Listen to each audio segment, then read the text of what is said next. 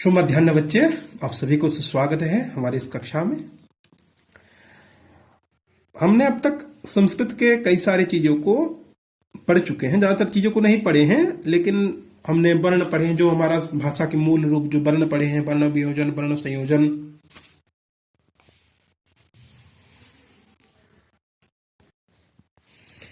तो संस्कृत में आज एक और चीज को हम पढ़ने वाले हैं। ऐसे संस्कृत में देखा जाए तो व्याकरण जो अंश है संस्कृत के, इसमें अनेक प्रकार की चीजों वहां पे भरा हुआ है, जैसे कि वर्ण से लेकर प्रत्यय, उपसर्ग, कारक, संधि, समास आदि अनेक प्रकार की चीज, स्त्री प्रत्यय। लेकिन इनमें से हमारा जो क्लास के लिए according to our class, according to our examination, हम लोग को जो जरूरत है, जो चीज की चाहिए अभी के हिसाब से, वही चीज को हम पढ़ेंगे। तो आज हमारे पाठ्य विषय में जो अंतर्भुक्त विषय है वो है कारक। तो बच्चे, आपके मन में अभी शंका उत्पन्न हो चुकी होगी कि कारक क्या है। मैं बताऊंगा कारक क्या है, कितने प्रकार के हैं, क्या क्या है, किस तरह से होते हैं। लेकिन इस सारे विषय को जानने से पहले बहुत जरूरी है कि जो कारक का जो पद है, ये पद से हम एक बार परिचित खुद हो जाए। तो यहाँ पे देखिए, आपका लिखा हुआ है दो विषय है यहाँ पे, कारकाणी उपपदानी च। उपपदानी हम बाद में पढ़ेंगे। आज का हमारा जो विषय है कारकाणी। एक्चुअली ये कारक शब्द अकारांत नपुंसक है। जिस तरह फलम, फले, फलानी होता है, फलानी यानी एक वचन, द्विवचन, बहुवचन में, वहां पे फलानी यानी बहुत सारे फल, दो फल नहीं, बहुत सारे फल। ठीक उस तरह है, यह उस तरह अकारांत नपुंसक शब्द है। कारकम, कारके, कारकाणी। तो नाम से पता चलता है कि कारक जो है ये एक नहीं है, दो नहीं है, बल्कि दो से ज्यादा है। अब कितना है दो से ज्यादा, उसको हम आज के विषय में पढ़ेंगे। उससे पहले हम जानते हैं कि कारक है क्या। कारक क्या है, तो मैं आपको अति सरल में अभी समझा देता हूं, पहले हिंदी में बोल देता हूं कि क्रियापद के साथ जिन पदों का संबंध रहता है, समझ लेंगे इस बात को। क्रियापद के साथ जिन पदों का संबंध रहता है, उन सारे पदों को कारक कहा जाता है। एक वाक्य होता है, आप देखे हैं, राम फल खा रहा है, सीता घर जा रही है, शिक्षक पाठ पढ़ा रहा है, प्रधानमंत्री भाषण दे रहे हैं। ये जो दे रहे हैं, खा रहा है, पढ़ा रहे हैं, जा रहे हैं, ये जो क्रियापद है, इन क्रियापदों के साथ, क्रियापद के साथ, एक तो क्रियापद एक होता है वाक्य में जनरली, फल खा रहा है, जा रहा है, जो खा रहा है, जा रहा है। क्रियापद के साथ जिन पदों का संबंध रहता है, और वो संबंध कैसा संबंध, साक्षात संबंध रहता है, उन पद को कारक कहा जाता है। तो यहां पे आपको समझ गए कि क्रियापद के साथ जिन पदों का संबंध रहता है, साक्षात संबंध रहता है, उनको कारक कहा जाता है। क्रिया साकम येषां पदानां साक्षात संबंधः वर्तते, तानि पदानि एव कारकाणि इत्युच्यन्ते। अर्थात क्रियापदमस्ति, क्रियया साकम येषां पदानां साक्षात संबंधः वर्तते, साक्षात संबंध बनता है, उन सारे पदों को कारक कहा जाता है। उदाहरण के तौर पे अभी एक छोटा सा हम सेंटेंस देखेंगे यहाँ पे, जैसे कि राम घर जा रहा है। अब देख सकते हैं, जा रहा है यहाँ पे क्या है, क्रिया है। अभी क्रिया को कौन संपादन कर रहा है, क्रिया को कौन संपादन कर रहा है, राम। तो राम बन गया यहाँ पे कर्ता, एक कारक। कारक कितने प्रकार की जब बात करेंगे तब हम कर्ता पद प्रयोग करेंगे। कहां जा रहा है, घर यानी घर को, ये भी बन गया एक कारक। यानी इन पदों का, दो पदों का संबंध किसके साथ आ रहा है, जा रहे हैं के साथ। तो आइए आगे बढ़े। आज यहां पे देखो, जिन संज्ञा या सर्वनाम शब्दों का क्रिया के साथ सीधा संबंध होता है, जिसे बता चुका हूं मैं, उन्हें कारक कहा जाता है। ठीक है, जैसे यहाँ पे एक उदाहरण बताया गया है, रामस्य पुत्रः लवः अश्वेन गच्छति। इसका अर्थ क्या है, राम का पुत्र लव घोड़े से जाता है। क्लियर? रामस्य पुत्रः लवः अश्वेन गच्छति। यहाँ जाने की क्रिया गच्छति, आप देख सकते हैं गच्छति क्रिया जो है से राम का कोई संबंध नहीं है। राम जा रहा है अश्व में? नहीं। इसलिए राम नहीं जाने की वजह से राम का कोई संबंध नहीं है, इससे लव कर रहा है। तो जाने की क्रिया जो संपादन कौन कर रहा है? लव कर रहा है। लवः अश्वेन गच्छति, अतः वही करता है। तो एक सेंटेंस मैंने पहले से ही बात बताया हूं, एक सेंटेंस जो बता है वाक्य होता है, वहां पे कर्ता होता है, कर्म होता है, क्रिया होता है। ये तीन फैक्टर बहुत जरूरी है एक सेंटेंस में। इनके अलावा भी बहुत सारे पद आते हैं वाक्य में। तो यहाँ पे राम बन गया, आपका लव बन गया कर्ता। अतः राम का कोई क्रिया से संबंध न होने के कारण उसे कारक नहीं माना जा सकता। राम का पुत्र से का संबंध था और कर्ता ना होने की वजह से राम को कारक नहीं माना जाता है। इसी कारण संस्कृत में संबंध को कारक नहीं माना जाता है। अतः संस्कृत में कारक को हम नहीं मानते हैं। अतः संस्कृत में केवल 6 कारक माने जाते हैं। कारक कितने प्रकार के हैं? 6 प्रकार के। तो कारक 6 प्रकार के जो है क्या है, एक बार देख सकते हैं। प्रथम है कर्ता कारक, द्वितीय है कर्म कारक, तृतीय है कर्ण कारक, चतुर्थ है संप्रदान कारक, पंचम है अपादान कारक, छठा है अधिकरण कारक। हो गया इस तरह से 6 कारक। लेकिन यहाँ पे तो बोल दिया गया है कि संस्कृत में 6 कारक माना जाता है। फिर भी आप आपको समझदारी के लिए अभी समझना पड़ेगा आपको कि हम दो और चीजों को ले लेंगे हमारे कारक के तौर पर, लेकिन मुख्य रूप से आपके 6 कारक होते हैं, इतना आपको ध्यान रखना पड़ेगा। वो जो 2 को हम लेंगे उसके बारे में बताएंगे। तो संबंध वो जो बताया गया है, संबंध तथा संबोधन। यहाँ पे कर्ता कारक मतलब ये इंडिकेट करता है आपका प्रथमा विभक्ति को। मैं बता चुका हूं आपको कि शब्द रूप जो होता है, शब्द रूप में 8 और 7 विभक्ति होते हैं। 7 विभक्ति होते हैं सर्वनाम शब्द में, 8 विभक्ति होते हैं नाम शब्द में, नाउन और प्रोनाउन जो है। तो यहाँ पे जो वहां पे प्रथमा, द्वितीय, तृतीय, चतुर्थी, पंचमी, षष्ठी, सप्तमी और नाम में संबोधन को मिला के अष्टमी जो विभक्ति होते हैं वहां पे एक सीक्वेंस में ले लिया जाता है। तो कर्तृ कारक हमेशा होता है प्रथमा विभक्ति, कर्म कारक होता है द्वितीया, उसके बाद कर्ण कारक होता है तृतीया, संप्रदान कारक होता है चतुर्थी, अपादान कारक होता है पंचमी, अधिकरण कारक होता है पंचमी के बाद षष्ठी ना होकर ये हो जाता है सप्तमी।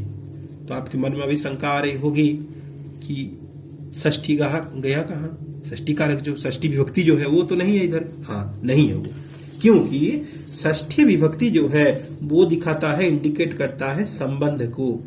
जैसे कि रामस्य, बालकस्य संबंध है आगे ये लोग, तथा संबोधन को, संबोधन जो बताते हे राम, अरे इसका विभक्ति का चिन्ह भी आज पढ़ने वाले उसको भी देखेंगे। तो संबोधन और संबंध को कारक नहीं माना जाता, किंतु अनुवाद आदि के लिए उपयोगी होने के कारण कारकों में उनको संकेतों को भी लिख दिया जाता है। जैसे मैंने बताया था, भले ही आपके मुख्य रूप में संस्कृत में 6 कारक होते हैं, ये फैक्ट है, लेकिन जब हम वाक्य निर्माण करने लगते हैं वहां पे अनुवाद आदि के सौविध्य की दृष्टिकोण से उन दोनों को भी हम कारक में सम्मिलित कर लेते हैं। वास्तव में वो कारक नहीं है, हमारे आसानी के लिए वाक्य रचना में सहजपन को अपनाने के लिए उन दोनों को में भी हम कारक के रूप में ले लेते हैं। उनका हालांकि विभक्ति का चिन्ह होता है।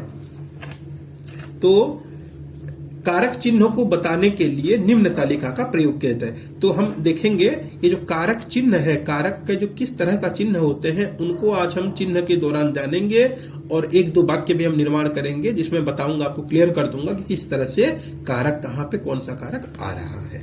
तो यहाँ पे देखिए आपका जो कर्ता कारक है, कर्ता कारक इंडिकेट करता है कौन सा विभक्ति को? प्रथमा विभक्ति को। तो कर्ता कारक विभक्ति प्रथमा, इसका चिन्ह है ने या कुछ नहीं। जैसे बोलते हैं आप बालक भी बोल सकते हैं या फिर बालक ने भी बोल सकते हैं। अगर मैं कहूं बालक फल खा रहा है, ये भी सही है, या फिर बालक ने फल खाया, ये भी सही है। बालक ने फल खा रहा है, ये भी सही है। या फिर ने लगाते हैं या फिर कुछ भी नहीं, तो इंडिकेट करता है प्रथमा विभक्ति यानी कर्ता कारक को। द्वितीय में कर्म कारक, कर्म कारक का विभक्ति है द्वितीया। ये इंडिकेट करता है, इसका चिन्ह क्या है, को। जैसे कि राम को, छात्र को, बालक को, पिता को, माता को, जिनको को, जैसे कि टू, हम इंग्लिश में हमारा जो प्रीपोजिशन है to the father, to the principal, to the teacher, to जो होता है वही को है यहाँ पे। उसके बाद हमारा तृतीय कारक है कर्ण कारक। कर्ण कारक का विभक्ति है तृतीया विभक्ति। तृतीया विभक्ति का चिन्ह जो है यह है से, के द्वारा। जैसे कि हम बोलते हैं राम से या फिर राम के द्वारा, सीता से या फिर सीता के द्वारा। तो के द्वारा, थ्रो, हम जो थ्रो इंग्लिश में बोलते हैं, थ्रो प्रीपोजिशन आता है वही है उसके, या फिर बाय वो बोलते हैं। संप्रदान, उसके बाद संप्रदान कारक जो चतुर्थी विभक्ति इंडिकेट करता है, उसका जो चिन्ह है के लिए, के लिए, फॉर, इंग्लिश में प्रीपोजिशन आता है फॉर, या फिर को, यहाँ पे भी को कभी कभी आ जाता है, लेकिन ज्यादातर इसका व्यवहार होता है के लिए। उसके बाद अपादान, उसके बाद अपादान कारक।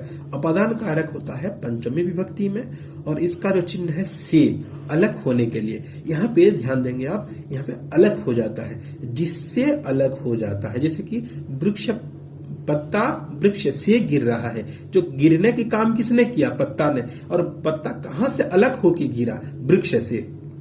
छात्र ने घर को, छात्र ने विद्यालय से घर गया, जो जाने का काम किसने किया, विद्यालय से, लेकिन छात्र ने, लेकिन कहां से अलग होके गया, विद्यालय से। तो विद्यालय यहाँ पे बन गया। तो जहां से हम अलग होते हैं, जहां से कोई चीज अलग हो जाता है, वहां से लग जाता है अपादान से, पंचमी विभक्ति। उसके बाद जो संबंध को हमने काउंट नहीं किए थे, वो संबंध यहाँ पे देख सकते हैं, उसका चिन्ह है संबंध। षष्ठी विभक्ति में उसका जो चिन्ह है का, के, की, रा, रे, री, अर्थात बालक का, बालकों के, सीता की, इस तरह की, रा, रे, री, काका की, संबंध जो किसी का जब हम बताते हैं। उसके बाद हमारा अंत है अधिकरण कारक। अधिकरण कारक इंडिकेट करता है सप्तमी विभक्ति में। सप्तमी विभक्ति का जो चिन्ह है यहाँ पे कारक का, में अथवा पर, बालक में या फिर बालक पर, उन जगह पर, इंडिकेट स्थान बताता है। यहाँ पे स्थान बताया जाता है। और अंत में आपका है संबोधन, जिसको भी मूल कारक नहीं है, फिर भी इसका चिन्ह होने के नाते इसका व्यवहार में लाते हैं। संबोधन, हम किसी को जब संबोधन बुलाते हैं, हे बालक, अरे बच्चा, ऐसे जब बोलते हैं, ये होता है संबोधन। समझ गए। अभी हम थोड़ा सा बस लिखेंगे आपके समझदार के लिए। देखें यहाँ पे आपको बता दिया गया कि कारक 6 टाइप,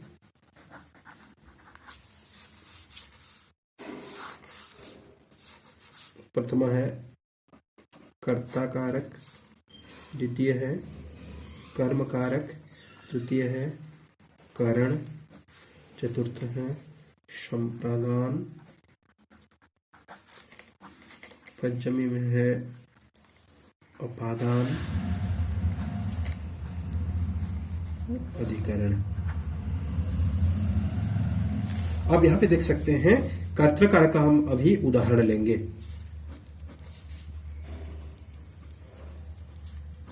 कर्ता कारक, यहां पे फोकस दिया जाता है कर्ता पद को। जैसे कि उदाहरण में बता रहा हूं, रामः गृहं गच्छति, राम घर जा रहा है। तो यहाँ पे जाने की जो क्रिया कौन कर रहा है, रामः, राम घर जा रहा है। या फिर सीता फल खा रही है, जो खा रही है कि क्रिया, जा रहा है कि क्रिया, ये कौन संपादन कर रहे हैं, राम और सीता। तो डायरेक्ट जो काम को जो करता है, वो क्रिया में डायरेक्ट जिसका संबंध रहता है, वो है कर्तृकारक। तो समझ गए, बच्चा पढ़ रहा है, पिता आ रहे हैं, इस तरह का जो डायरेक्ट, वो है कर्तृकारक। उसके बाद हम देखें कर्म कारक।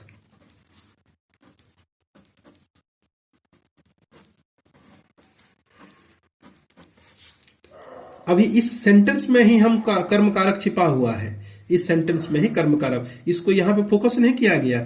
क्यों नहीं किया गया? क्योंकि कर्ता कारक होने की वजह से यहाँ पे फोकस किया गया है कर्तराम पद को। अभी हम वही सेंटेंस को दोहराएंगे, या फिर अलग भी लिख सकते हैं। राघवः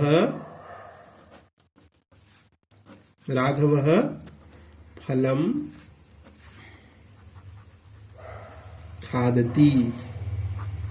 राघवः फलम खादति अर्थात राघव, यहां पे देखो राघव, ऑलरेडी राघव पर हम चर्चा कर चुके हैं। यह राघव कौन सा कारक, कर्ता कारक, कौन सा कारक हो जाएगा?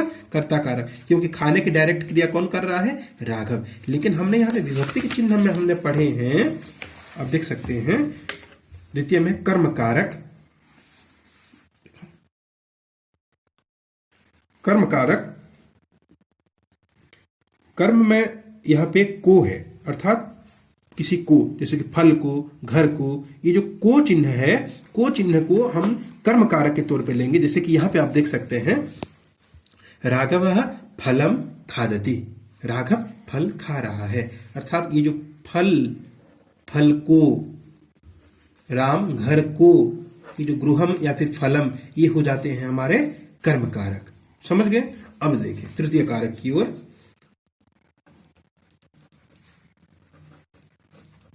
कर्ण कारकम, कर्ण कारक अर्थात जिनके द्वारा कार्य क्रिया संपादन होती है, जिनके द्वारा क्रिया संपादन होती है। ये दोनों सेंटेंस में देखेंगे। रामः गृहम पादेन गच्छति, रामः गृहम पादेन गच्छति अर्थात राम घर पैदल जा रहा है, राम घर पैदल जा रहा है। या फिर राघवः फलम मुखेन खादति,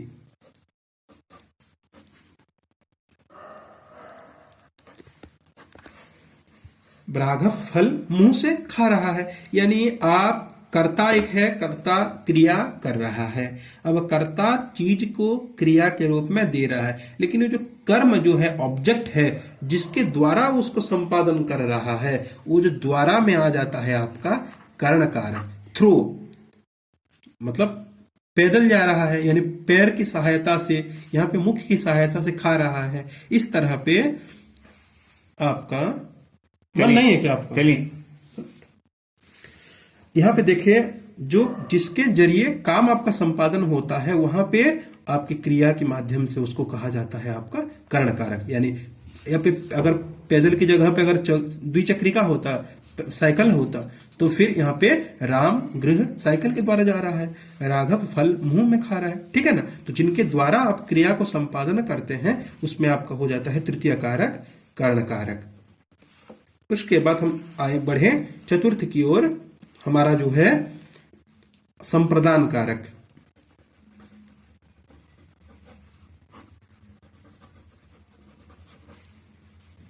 संप्रदान कारक में आप काम होता है, आपका जो क्रिया है किनके लिए उद्दिष्ट होता है, क्रिया जो है किनके लिए। इसमें कर्ता का स्थान गौण होता है, कर्म का स्थान गौण होता है, जिनके द्वारा दिया जा रहा है वो भी गौण होता है, दिया जा रहा है वो भी गौण होता है, लेकिन जिनको या फिर जिनके लिए दिया जाता है वो हो जाता है हमारा संप्रदान कारक। जैसे कि यहां पे हम लिख सकते हैं माता दरिद्राय रोटिकाम ददाती, माता दरिद्राय रोटिकाम ददाती। देने की काम कौन कर रही है? माँ। लेकिन यहाँ पे संप्रदान कारक ये है नहीं है, ये कौन सा कारक हो गया? कर्ता कारक, देने की डायरेक्ट काम कर रहे हैं। उसके बाद रोटिकाम क्या दे रही है? कर्म, ऑब्जेक्ट, ऑब्जेक्ट भी बन गया यहाँ पे कर्म कारक। उसके बाद ददाती क्रिया है, क्रिया तो करता हो ही नहीं सकता, बच गया कौन सा पद? दरिद्राय। किसके लिए दिया जा रहा है, किसको दिया जा रहा है? तो आ गया आपका दरिद्र पद, पुअर, गरीब। गरीब को दिया जा रहा है। इसलिए जिनके लिए आप दान देने की क्रिया करते हैं, जिनके लिए हमारा क्रिया उद्दिष्ट शिक्षक छात्र के लिए पढ़ा रहे हैं, पढ़ाने के काम यहाँ पे मुख्य नहीं है, शिक्षक पढ़ा रहे हैं वो भी मुख्य नहीं है, लेकिन जो पढ़ा रहे हैं किनके लिए, छात्र के लिए, वो जो जिनके लिए हमारा क्रिया उद्दिष्ट हो जाता है वो होता है हमारा चतुर्थ यानी संप्रदान कारक। समझ गए? अभी हम आए पंचम कारक की ओर। समझ, एक एक उदाहरण से हम आगे आने वाली कक्षा में इसको और अच्छे से देखेंगे। उसके बाद अपादान कारक।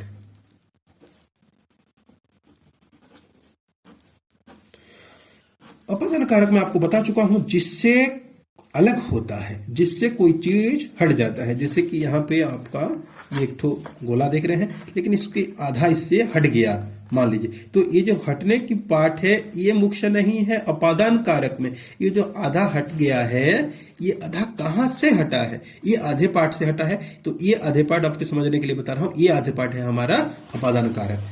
ठीक है ना? बालक है, नदी से घर आ रहा है। घर आ रहा है यहाँ पे जरूरी नहीं है, बालक आ रहा है वो भी जरूरी नहीं है, लेकिन बालक जो घर आ रहा है कहां से आ रहा है, वो जो जहां से है वहां पे हमारा लग जाता है अपादान कारक। जैसे कि बालक विद्यालयात् गृहम् आगच्छति। बालक विद्यालय से घर आ रहा है। समझ गए?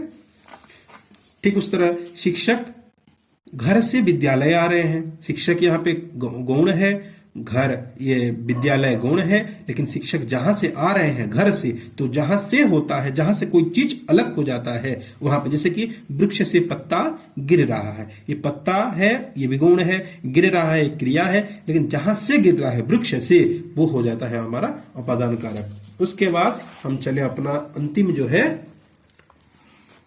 अधिकरण कारक।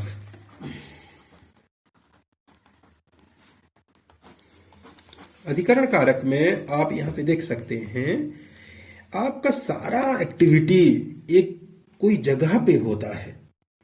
सारा एक्टिविटी कोई एक पर्टिकुलर जगह पे होता है। वो जो पर्टिकुलर जगह है वो जगह ही हमारा यहाँ पे अधिकरण स्थानवाचक होता है। ये जैसे कि रामः विद्यालये पठति। ये पढ़ने की क्रिया हो रही है, राम पढ़ रहा है, लेकिन राम पढ़ रहा है कहां पे पढ़ रहा है, कहां पर पढ़ रहा है? विद्यालय में पढ़ रहा है, तो विद्यालय बन गया यहां पे हमारा अधिकरण। पुत्रः गृहे क्रीडति। पुत्रः गृहे, पुत्र खेल रहा है, ठीक है, क्रीडति खेल रहा है। कौन खेल रहा है? पुत्र। ये दोनों यहाँ पे गौण है, लेकिन पुत्र जो खेल रहा है वो कहां पर खेल रहा है? वो गृहे, तो घर में, तो ये घर में बन गया हमारा अधिकरण कारक। तो इस तरह से हमने अभी देख लिए। तो अभी आपको मैं बताऊंगा एक दो सेंटेंस इस तरह से मैं लिखा हूं आपके लिए, और भी इस तरह से सेंटेंस लाखों सेंटेंस बनाया जा सकता है। मैं आपके समझदारी के लिए एक दो सेंटेंस इस तरह का अभी लिखा हूं जहां पे आप देख सकते हैं। हाँ, और एक चीज है यहाँ पे जो कि मैंने यहाँ पे नहीं बताया हूं, संबंध जो होता है, ये सारे सेंटेंस में, सारे कारक में आप संबंध को हम जोड़ सकते हैं। यहाँ पे रामः जो बोले, यहाँ पे हम लिख सकते हैं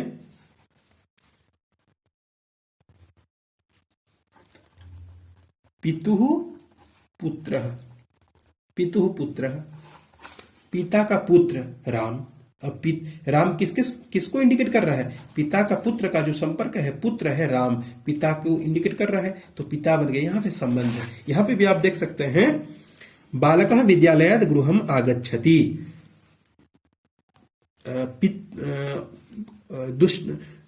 शोभनः बालकः, यहाँ पर गृहस्य बालकः, घर का बच्चा। इस तरह हमने संबंध को सारे कर्ता के साथ जोड़ा जा सकता है। संबंध को सारे कर्ता, और डायरेक्टली संबंध जो संबंध है ये कर्तृपद में विशेष करके इसका व्यवहार होता है। कर्तृपद के साथ संबंध कारक का जोड़ जो होता है, जो लगाव है, वो इंडिकेट करता है जनरली कर्तृकालक में। लेकिन ऐसे देखा जाए तो कहीं ना कहीं किसी ना किसी प्रकार से सारे कारक के साथ संबंध कारक का जोड़ होता है।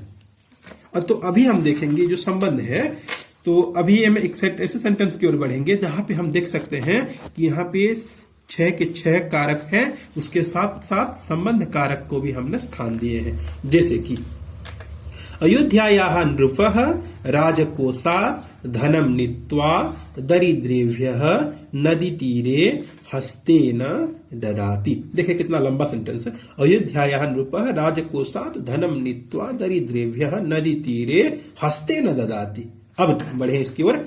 यहाँ पे देखो हमको ढूंढना पड़ेगा सब्जेक्ट कौन है, कर्ता। ये जो दान क्रिया पहले हमको समझ लेते हैं, क्रिया क्या है, ददाति, दे रहा है।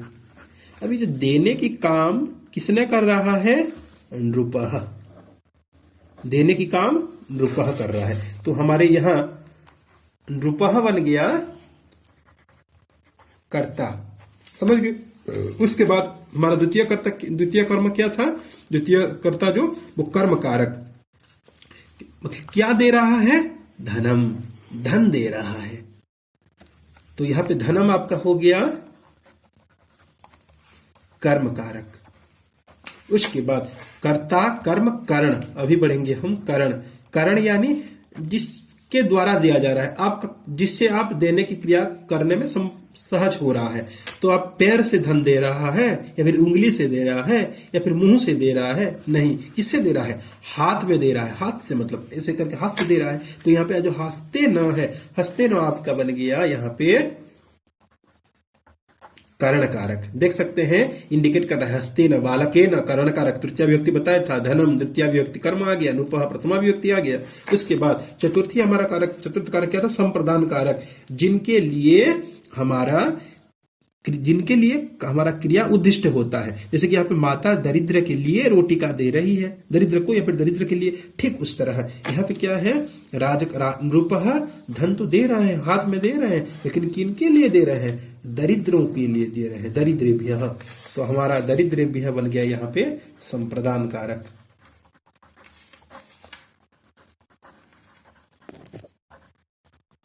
समझ गए।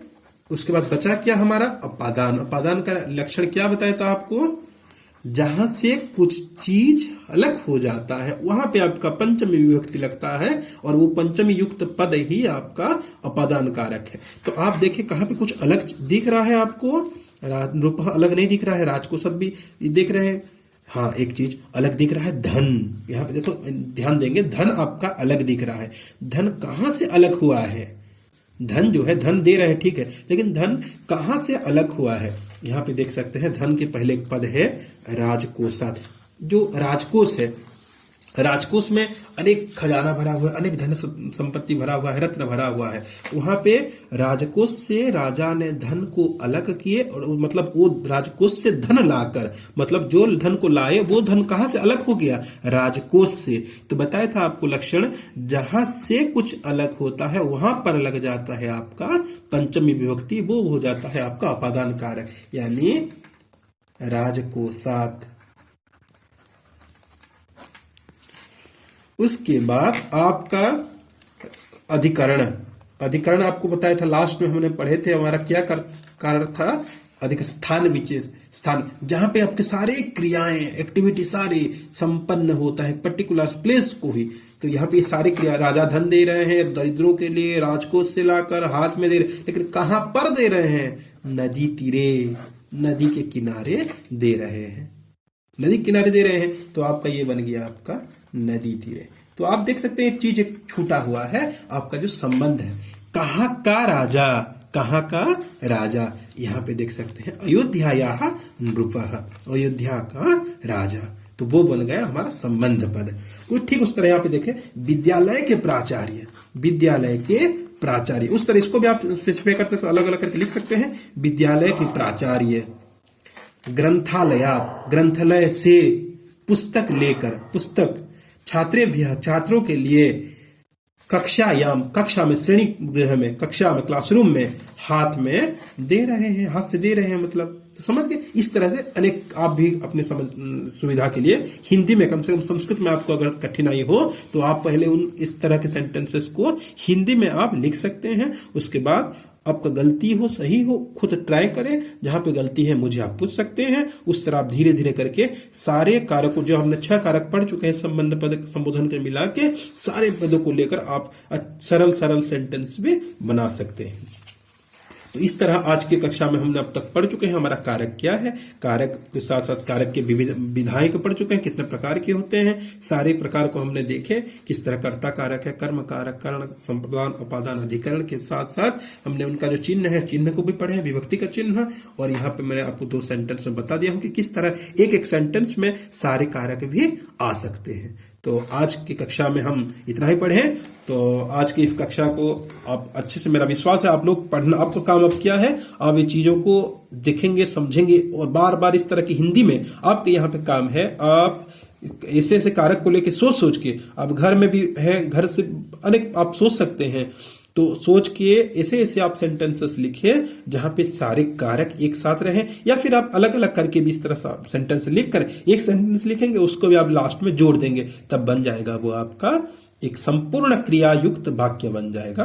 और उसको हम बाद में संस्कृत में भी अनुवाद कर सकते हैं। तो आप इसको पढ़ेंगे। ठीक है, आज की कक्षा को यहाँ पे हम विराम देते हैं। जय संस्कृत।